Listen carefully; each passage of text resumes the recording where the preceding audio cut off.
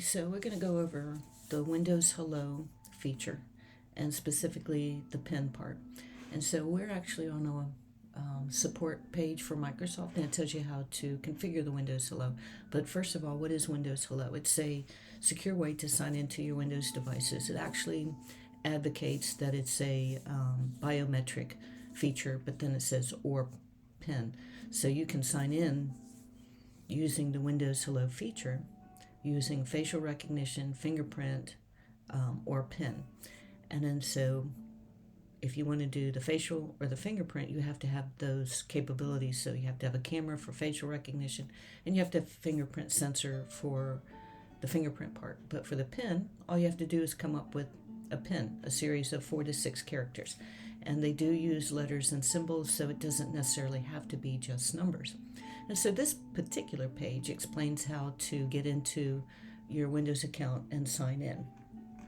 And so you see that it's relatively easy. You can go to your accounts and sign in options. And so we're not going to go over this part. What we're going to go over is the difference between a PIN and a password and why the PIN may be a little bit more secure.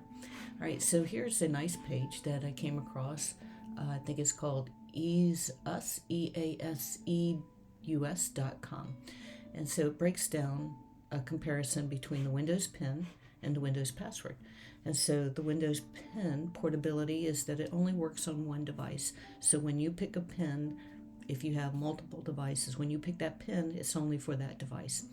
The Windows password is tied to your Microsoft account, and therefore you can use it for multiple devices. And then the complexity for the PIN is it's between 4 and 6 digits. And then again, you can use or include letters and symbols. For the password, it can be long and complex, and you can mix the letters, numbers, and symbols as well. The security method for the PIN is it's stored on that local device, again, because it only works on that device, but it's backed up by the TPM, which is the Trusted Platform Module for encryption. So it can be a little bit more secure. And then the Windows password is stored and transmitted over the network for authentication. And the vulnerability for the PIN, though, is that if your device is stolen,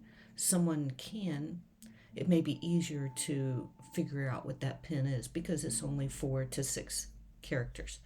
And then the vulnerability for the password, though, is you can be susceptible to phishing attacks, brute force attacks, and some kind of network interceptions.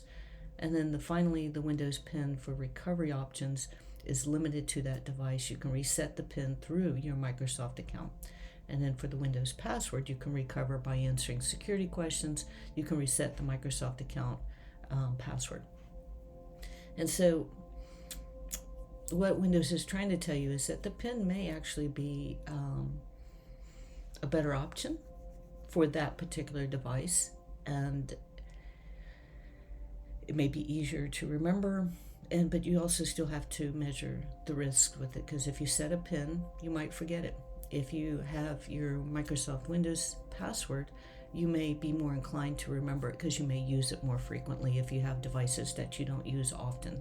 And then you can also set up multi-factor authentication for your Microsoft account to help protect yourself as well.